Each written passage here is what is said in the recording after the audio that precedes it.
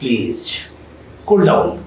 শোনো না, আমি এবার যে ব্যবসাটা করছি তাতে আমি প্রচুর টাকা লাভ করব, আর সেই লাভের টাকা দিয়ে কি করবো জানো? কি করবে?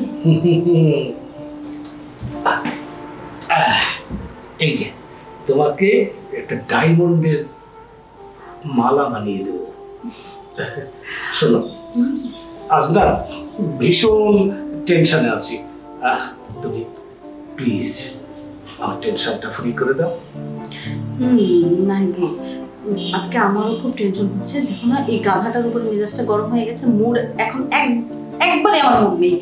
প্লিজ আজকে তুমি যাও, আরেকদিন। হ্যাঁ আচ্ছা সোনিয়া, তোমাকে একটা কথা বলি। আচ্ছা, তোমার ওই হেদারামের সঙ্গে যদি বিয়ে না হয়ে আমার সঙ্গে হলে কি হতো? অনেক ভালো হতো।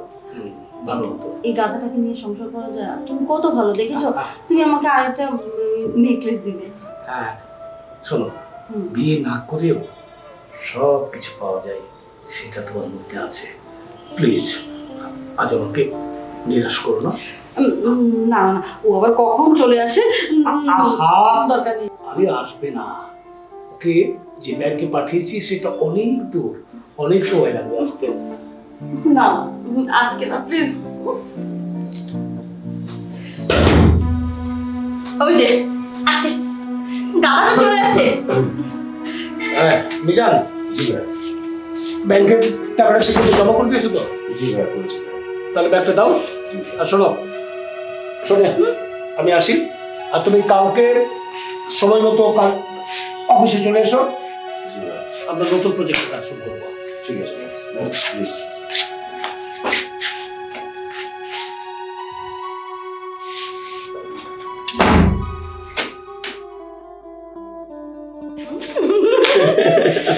কাজ হয়েছে?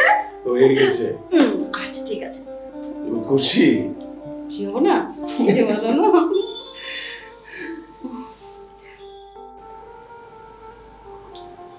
আচ্ছা, তোমার মাথায় তো বেশ বুদ্ধি। একেবারে 7 লাখ টাকা মেরে দিলে। কি করতাম বলো, শিকার নিজেই এসে ফাঁদে পা দিয়ে দিল। আর তাছাড়া তুমি যে সুন্দর করে অভিনয় করেছো, আর তোমার এই টসটসে ফিগারের সাহায্যেই তো। যা দুষ্ট, সে কথা বলে। আচ্ছা, এখন যদি ও আমাদেরকে খুঁজে বের করার চেষ্টা করে, মানে আমাদের অবস্থানটা জেনে ফেলে? কিভাবে জানবে?